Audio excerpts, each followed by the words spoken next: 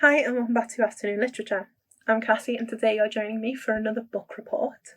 Today we are going to be reviewing The Five by Hallie Rubenhold.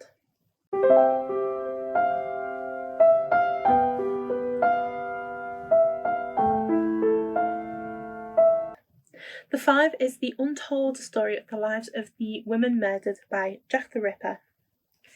Jack the Ripper is a very infamous murderer that I think we know a lot about.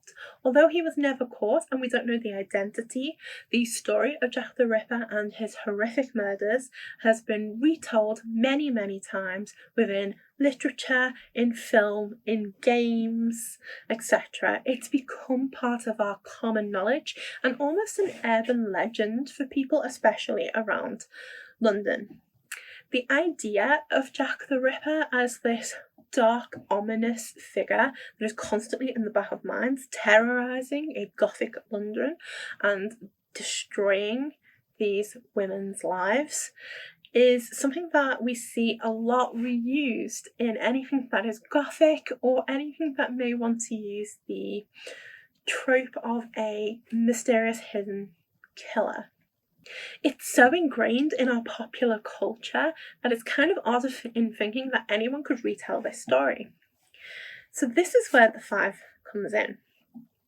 What is so ingrained in our culture is not the actual victims of this murder or really the realistic idea of how bad that this really was and how much it really affected people at the time, but instead the idea of a ghostly spectre that haunts Victorian Gothic London.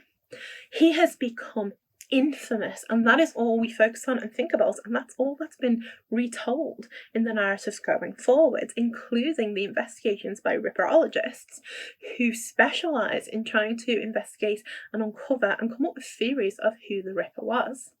In doing this, what they are forgetting is that Jack the Ripper really murdered people, and that the victims were also real people too, who had stories to tell and important aspects to their life. So what do you know about Jack the Ripper? Well, Jack the Ripper was famous for killing prostitutes in the Whitechapel area, especially famous because on one night he managed to commit a double murder and still not be discovered, even though police were pretty much crawling the area at this time. And then he committed incredibly vicious and brutal acts, but then stopped all of a sudden, and we have no idea who he was or where he went. This has led to him becoming so famous and important in the annals of murder and mystery and Gothic literature. He, at the time, sold newspapers, he sold stories, and people wanted to know more, especially when it came to things like penny dreadfuls and things like that. It was something that people were hungry for and gossiping, and the victims became so unimportant. They were just prostitutes on the street, and in a way they were asking for it. Step in this book. Well, this book reframes the narrative entirely. It does not look at the five women as just prostitutes. In fact, it posits a theory that if any of them actually were prostitutes, then it was only one, maybe two at a push. It kind of builds up a social commentary for what life was like at the time for women and the way that women were thought of. If a poor woman had fallen on hard times and become destitute or ended up on the street, she was kind of seen as a morally fallen woman, and so that was equated with someone who was a prostitute, whether or not she had actually sold her body. Hallie Rubenhold tries to now take away from the narrative of Jack the Ripper and actually build up a story of who these women were and treat them as important, as people who deserve to have their stories told and deserve to be valued. The writing is very easy to follow.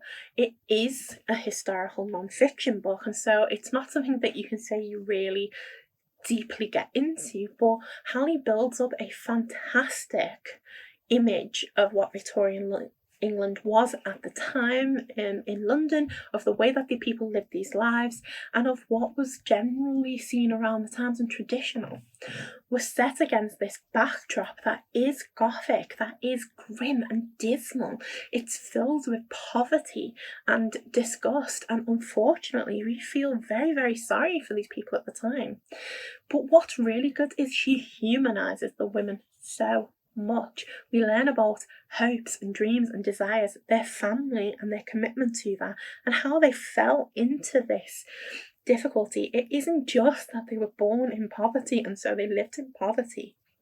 For some of them, they literally fell into poverty through these incredibly difficult circumstances that had happened, which was just things that was so unknown or not understood at the time and could easily have been fixed. A lack of contraceptive leading to an abundance of children, which now we know how to prevent that, but that would have led someone into such destitution. At the time, basically, if you were not a married woman at home with your family or in service, you were seen as a prostitute, and it was simple as that. And let's be fair, that sold newspapers. So Jack the Ripper killing prostitutes allowed us to diminish the fact that these women were worthy of anything, but build up this spectre, this monster, this horror that we could feel enthralled with and could feel a kind of anticipation and adrenaline, and that's how newspapers were sold. I do feel that there's some things in here that get a little bit repetitive because all their lives were so similar, and I think Rubenhold probably could have missed out some of that. She kind of egged some of it out a little bit, but at the same time, it really does hammer home how well dismissed these women were and how sad it really was at the moment of their deaths. But for me, some of the highest strengths of this is firstly in the fact that Rubenhold is so sensitive to the women in this novel.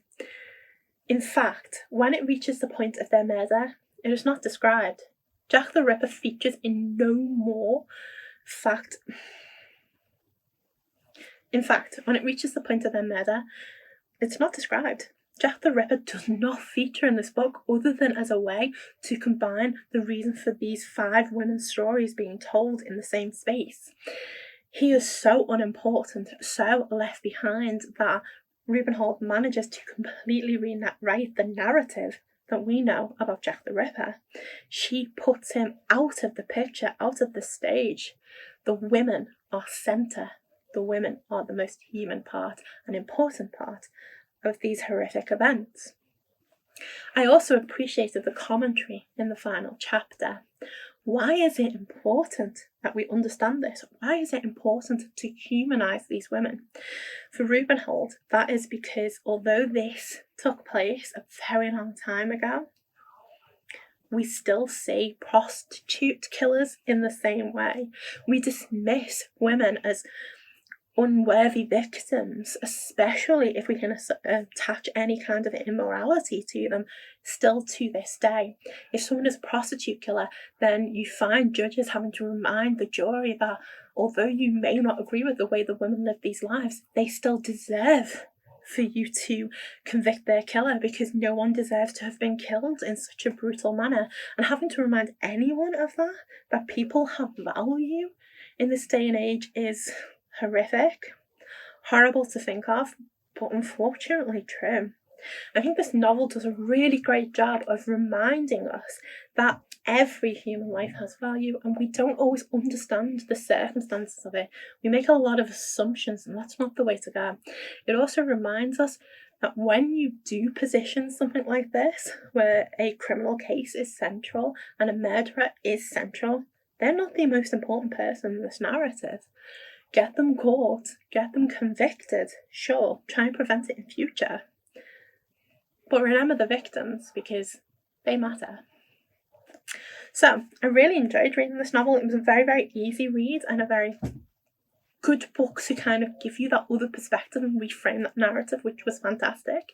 I would suggest that people do read The Five by Hallie Rubenhold.